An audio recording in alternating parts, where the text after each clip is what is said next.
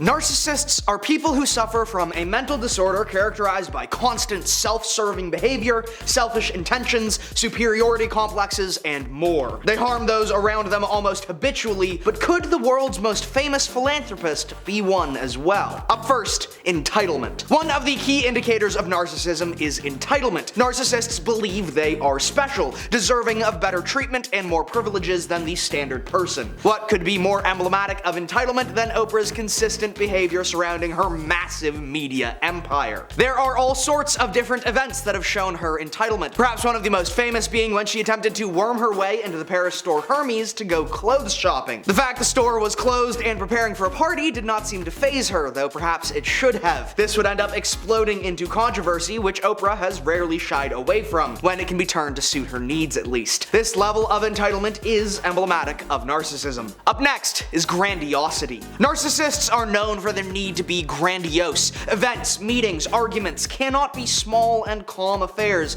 They need to be events where the narcissists can showcase themselves, improve their standing, or generally increase their social capital. A narcissist could never present themselves to the public without being displayed in the best possible light. This is a general aspect of many celebrities' lives, but especially so for TV hosts who make millions of dollars off of their presentations to the public. Their weekly shows of grandeur that bring in thousands or even millions of viewers. It shouldn't be too surprising that Oprah has a pretty clear attachment to grandiosity, whether this is from an intense internal drive and desire to put up a front of power, beauty, and likability, or a simple result of her living coming from the image that she can present to the world. Next is the superiority complex. Narcissists must believe themselves to be superior. It is one of the only ways to justify their continued self-serving actions. It shouldn't really come as much of a surprise that a person who has spent decades as one of the most famous and influential celebrities on Earth, whose name is synonymous with unbridled generosity and wisdom,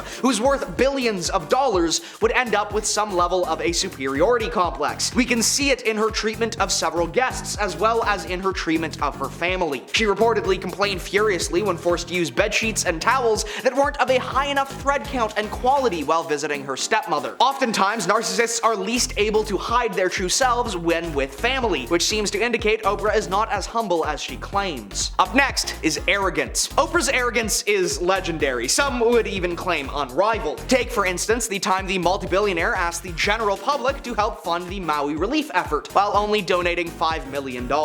Given her net worth of well over $2 billion, this is essentially chump change to her. Even more arrogantly, she made the national tragedy, which was already receiving significant attention, into an opportunity to grab publicity, staging a large announcement and event to go along with her small donation. But perhaps the worst of it all is that Oprah used the money to buy up 870 acres of Maui, once more showing how the rich often use tragedy to snatch up land and resources, which they then use for personal gain while fronting as humanitarians. The exploitation of those in need for purposes of personal gain is one of the most consistent trends in all of history, and Oprah has certainly not shied away from doing the same. Only to then turn around and say, hey, see this massive issue that I could completely fix with a wave of my hand? How about I buy up all the valuable land from the now destitute locals, and you pay to fix everything for me, so that I can get to exploiting them faster. Next, manipulates others. Narcissists are almost required to be manipulators. It is how they function and gain what they feel they deserve to gain. The self-serving, self-aggrandizing way that narcissists live is often only accessible through continuous and severe manipulation. Guilting, gaslighting, lying, cheating, scamming, and stealing are all classic tactics and techniques which narcissists use to extract value from their prey. Oprah has often been accused of these actions, especially during her early career, when her show was little more than a televised freak show, bringing people on to be pitied or hated for views and cash. Behind the veneer of preaching living your best life, it becomes pretty clear that to Oprah that means for her, regardless of the social, emotional, or monetary consequences of those that she manipulates. Up next is gaslighting. Gaslighting, popularized by the play Gaslight, in which a husband attempts to manipulate his wife into believing she's gone insane and can't be left alone by changing things around the house and lying when she begins to get suspicious. The modern word has been used in all sorts of scenarios, but is meant to mean a situation wherein someone attempts to make you doubt your sanity or reality through constant lies and manipulation. Oprah is adept at this by keeping narratives just beneath the surface of her work. She gaslights us by contrasting her caring tone and surface level intentions with the obvious fact that she doesn't really care for the average person at all. One of Oprah's key narratives is that of self-love and body positivity, which is a vital aspect of encouraging positive self-image and is incredibly important. She markets this through her former company, Weight Watchers, which alleges it can help subscribers lose weight easily. The only issue, Oprah herself is not a subscriber to that ideal and is more than willing to engage in deeply unhealthy behavior and the use of drugs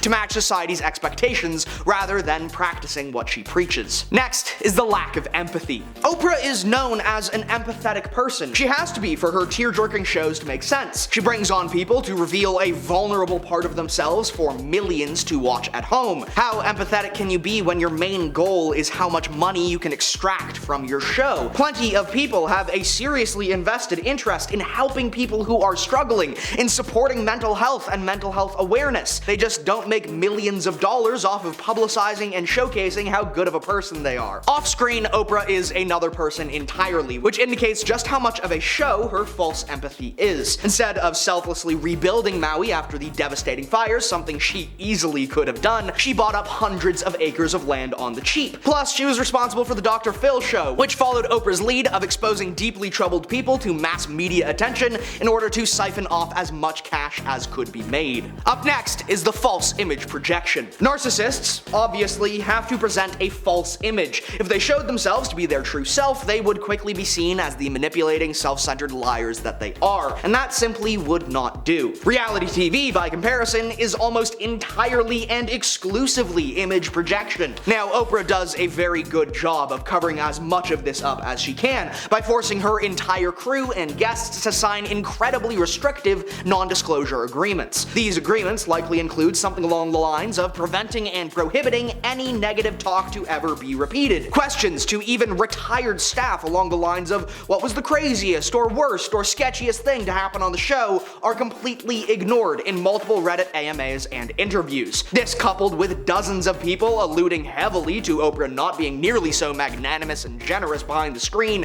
as she pretends to be in front of it, and we get an idea of just how false an image she presents to the world. Simply put, Oprah is not interested in the emotional and mental health of those around her and who work for her, but instead the image and presentation of a self-help show, magazine, blog, and more that rakes in millions of dollars. Up next is exploitation. Exploitation, for narcissists at least, is the result of careful manipulation and gaslighting, the fruits of their harmful and self-serving labor. The exploitation of their victims gives the narcissist what they want: validation, physical pleasure, emotional control, power, money, and more. But for someone who is rich and powerful with a media empire and dozens of affiliated companies, exploitation ceases to be a personal thing and simply becomes a way of life. Don't like your contract? This is the Oprah show. Plenty of people would be willing to work for that price. You're replaceable. Don't feel comfortable exposing your most intimate fears, insecurities, and vulnerabilities to an audience of millions? Don't worry, it's Oprah. Nothing bad would ever happen to you. Don't like that your oh so generously given free car will actually cost you several thousands of dollars you may not have? Well, that part won't make it to TV anyways. And just to be sure, have everyone, everywhere sign strict and long-lasting non-disclosure agreements so no one will ever know just how badly they got shafted. The final and perhaps most key point: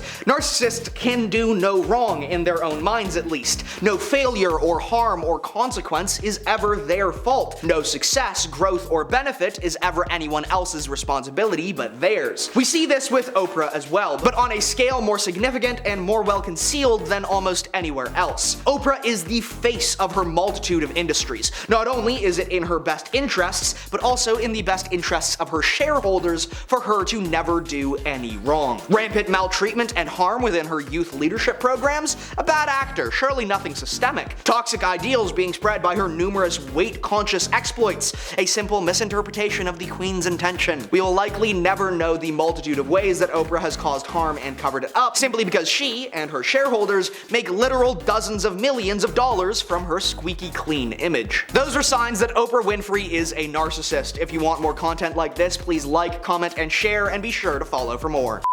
Other times, narcissists are least...